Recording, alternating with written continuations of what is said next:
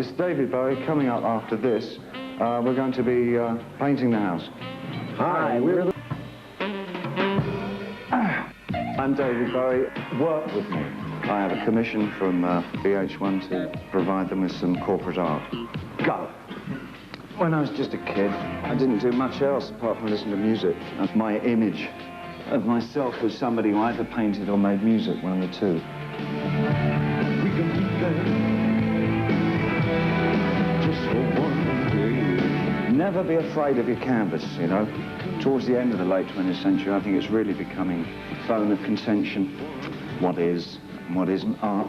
Word itself implies, unfortunately, craft and technique. I'm not so sure that technique has much relevance to what we perceive as art anymore.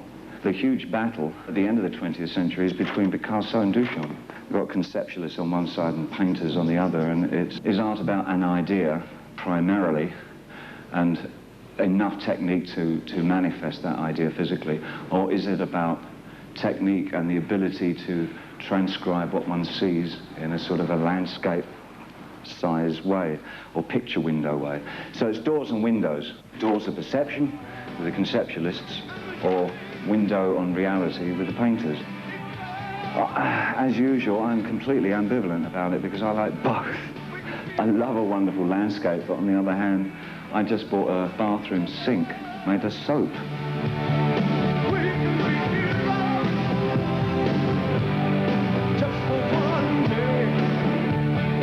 I'm actually treading water here. I'm working out what I'm going to do next. I'm faking it at the moment.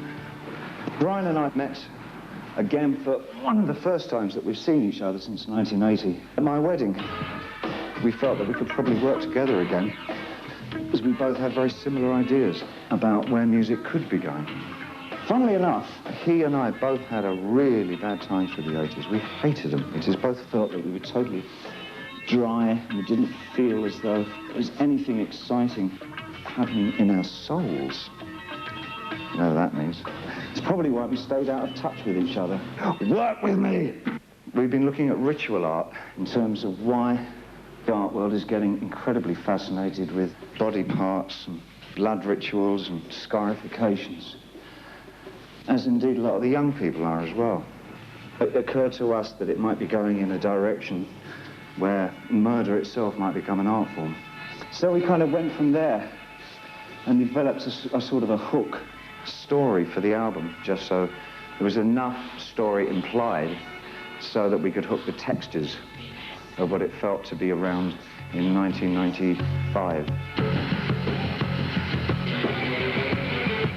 I love doing that.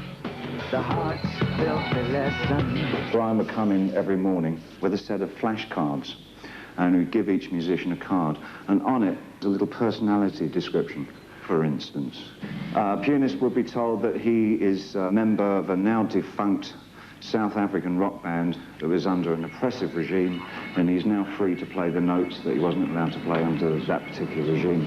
So the way that they came into the music was from a very strange place indeed. They don't write songs like that anymore. When we saw how the music seemed to pull a lot of that chaos and the fragmentation of the way that we live into a strange asymmetrical focus, we thought that it might be a great idea to make a series of albums recording each and every year up until the end of the millennium.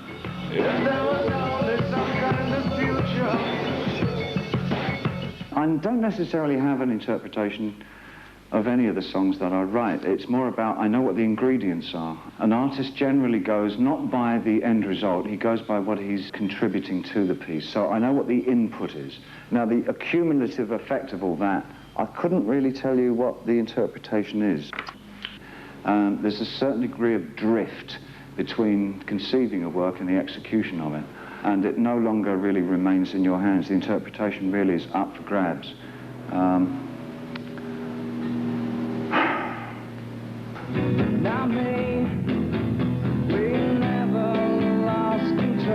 I thought it was awfully poignant when I did get to see it, because he had subsequently died.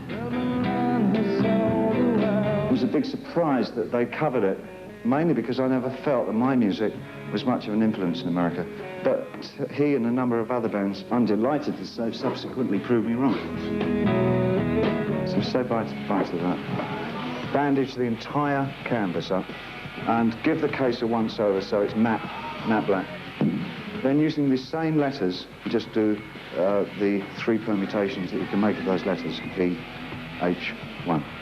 And this will go in the case, and that will be the finished thing. Thank you, it was a lot of fun, a great way to spend an afternoon. Do you ever feel like we're never alone?